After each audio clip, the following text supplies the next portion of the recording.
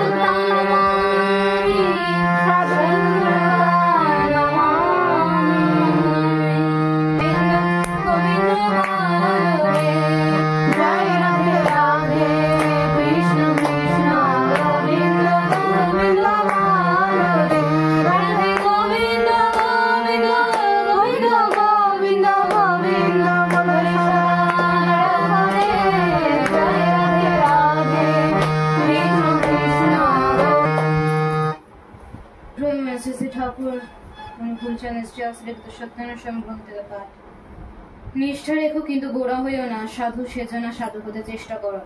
কোনো মহাপুরুষের সঙ্গে তোমার নিজের তুলনা করো না, কিন্তু সর্বদা তার অনুসরণ করো। যদি প্রেম থাকে তবে অপরকে আমার বলো, কিন্তু স্বার্থ রেখো না।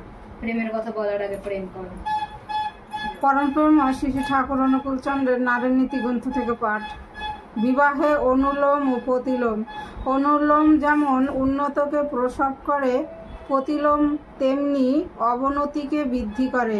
তাই প্রতিলোম বিবাহ এমনতর পাপ, যাহা নিজের বংশকে ধ্বংসের অবসান্ত করেই, তাহা ছাড়া পারিপার্শ্বিক বা সমাজকেও ঘাড় ধরিয়া বিধ্বস্তির দিকে চালিত করে। অসতী স্ত্রীর নিষ্কৃতি বরং সম্ভব, কিন্তু প্রতিলোমস হীনত্বের অপলাপ অত্যন্তই দুষ্কর। বাণী সংখ্যা 80। জয়গুরু। প্রেমময় শ্রী শ্রী ঠাকুর অনুকূল চন্দ্রের চলার সাথী গ্রন্থ থেকে পাঠ। শিক্ষক। মানুষের জীবনে যদি দায়িত্বপূর্ণ কিছু থাকে তবে তাহা শিক্ষকতা। শিক্ষকের চরিত্র ছাত্রের শ্রদ্ধার ভিতর দিয়া অজ্ঞাতসারে তাহাকে এমনতর ভাবে আক্রমণ করে, যাহা তাহার পরজীবনকে অবশভাবে চালাইয়া লইয়া দেয়। শিক্ষক যদি আদর্শে উন্মুখ না থাকে, তাহার চরিত্র যদি আদর্শের ভাবে অনুলিপ্ত থাকিয়া কর্মমুখ না হয়, তাহার চরিত্র যদি ছাত্রের চাহিদার দরজাকে উন্মোচন করিয়া প্রাণকে স্পর্শ করিয়া উন্নতিতে অবাধ করিয়া না তোলে, সে শিক্ষকতা যে অধর্মের পরামর্শয় তাহাতে বিন্দুমাত্র সন্দেহ নাই। যদি শিক্ষকতা করিতে চাও, সাবধানে নিজেকে নিয়ন্ত্রিত করিও, নতুবা দুর্দশা কুঞ্চিত হাস্যে তোমার জীবন ও জাতিকে হ্রাস করিবে, সন্দেহ নয়। वन्दे पुरुषोत्तमं वन्दे पुरुषोत्तमं परम प्रेममय श्री श्री ठाकुर अनुकूलचंद्र जी की जय। परमात्मा श्री श्री वर्मा की जय। परम पूज्यपाद श्री श्री वर्धा की जय। परम पूज्यपाद आचार्य देव की जय। सत्संगों की जय। सतनाम की जय। ठाकुर परिवार की जय। लीला के प्रतीक धाम की जय। वन्दे पुरुषोत्तमं वन्दे पुरुषोत्तमं वन्दे पुरुषोत्तमं। বন্ধুরা শুভ সন্ধ্যা, সকলকে জয়গুরু। তো প্রার্থনা শেষ হলো, এখন 6:45 বাজে। তো স্কুল থেকে এসে এই পাউরুটি ছেঁকে দিয়েছিলাম, কলা খেয়েছে। তো এখন দেখি কিছু খায় কিনা। তো চলো বন্ধুরা, সঙ্গে থাকো। তো রান্নাঘরে চলে এলাম, কারেন্ট নেই, অন্ধকারে। যে তোমাদের দাদা ভাইয়ের জন্য দুধ জল চাপাবো, উনি দুধ জল খাবে। মোবাইলের ফ্ল্যাশ লাইট জ্বালিয়ে ভিডিও করছি, মেয়ে একটু ক্যামেরাটা ধরে দিয়েছে। তো এই যে জল দিয়েছি, তারপরে দুধটা দিয়ে দিলাম, এরপরে আদা দেব, তারপরে ফুটবে, চিনি দেব, তারপরে রেডি হয়ে যাবে আমার দুধ জল। তো এরকম করেই করি। তোমাদের দাদা ভাই তো চা খায় না, দুধ জল খায় আর মুড়ি টুড়ি দেই। তো চলো, এটা হতে থাকুক।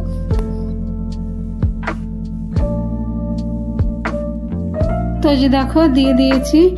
তো বিস্কুট আর টোস্ট দিয়ে খাবে আজকে, আর মুড়ি দিয়ে খাবে না। তো তারপরে কারেন্ট চলে এসেছে। তো এই যে মোচা ছাড়াতে বসেছি। আজকের ছাড়িয়ে রাখলে কালকে রান্না করতে বেশ তাড়াতাড়ি হয়ে যায়, আর যদি মোচা ছাড়াতে গিয়ে রান্না করি তাহলে অনেকটা দেরি হয়ে যায়। তো মোচাটা ছাড়িয়ে নিচ্ছি। তোমাদের দাদা ভাইও আমাকে হেল্প করেছে অনেকটা। আমি বললাম যে আমাকে একটু করে দাও, তাহলে তাড়াতাড়ি হবে। মোচা ছাড়ানো ভীষণ ঝামেলা।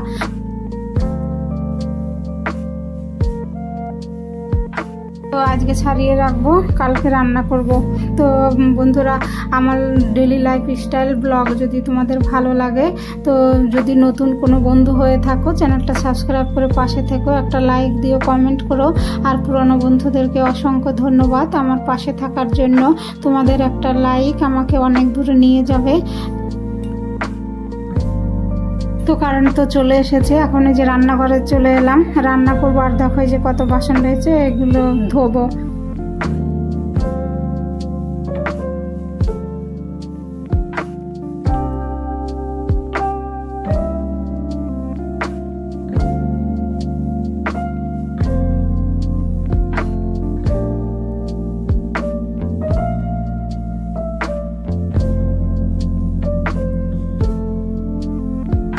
হাঁড়িতে ভাত চাপিয়ে দিলাম, ওইদিকে ভাতটা হোক আর আমি এইদিকে বাসনগুলো ধুয়ে নেই, তাহলে অনেকটা তাড়াতাড়ি হয়ে যায়।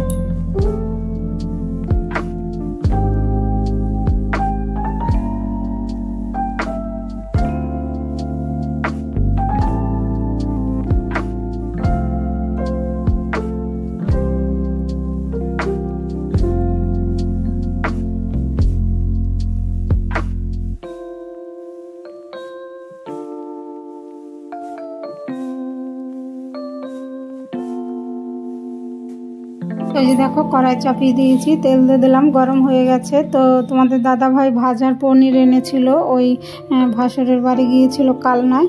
তো ওইখান থেকে ভাজা পনির পাওয়া যায় এখানে, তো এনেছে। তো ওই যে একদিন তরকারি করেছে, আবার এই যে আজকে করলাম। তো ওই ভাজা পনিরটা একটু গরম করে নিই।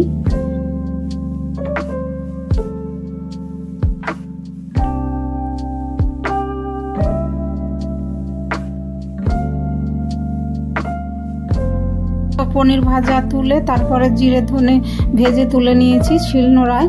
তো ওই যে এখন এই যে ফোড়নে দিলাম জিরে, তেজপাতা, আর আদা বাটা ছিল তাই দিয়ে দিলাম, টমেটো দিয়ে দিলাম। তো ভালো করে কষিয়ে নিয়ে আলুটা দিয়ে দেবো।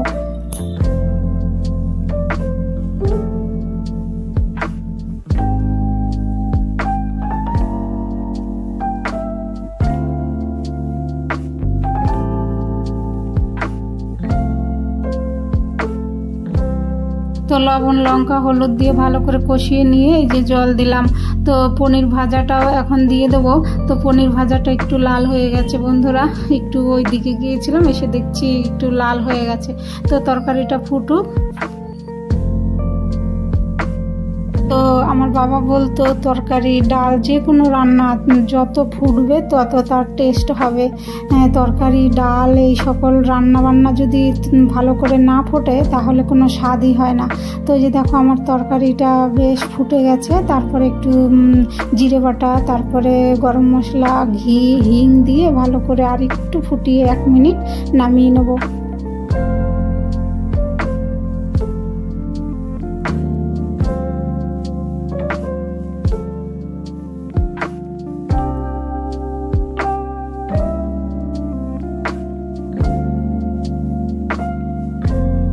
তো দেখো আমার পনিরের তরকারি রেডি, নামিয়ে নিয়েছি। তো এই যে দেখো দেখতে কিন্তু দারুণ হয়েছিল বন্ধুরা, খেতেও কিন্তু দারুণ হয়েছিল। তো আমি তো পরের দিন ভয়েস দিচ্ছি। তো খাওয়া দাওয়া করে তারপরে যে চলে এলাম রান্নাঘর পরিষ্কার করতে। এখন এই যে রান্নাঘরটা পরিষ্কার করে নেব।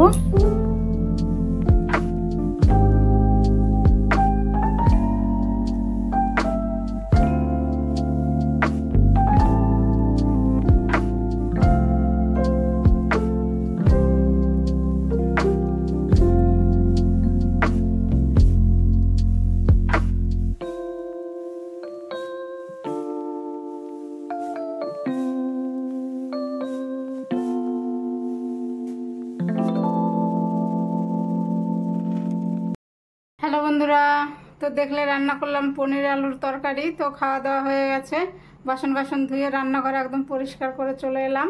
তো এখন বাজে 11:15। তো ব্লগটা শেষ করতে চলে এলাম। তো তোমরা ভালো থেকো, সুস্থ থেকো আর আমার পাশে থেকো। তো দেখা হবে নতুন একটা ব্লগে। Good night, tata.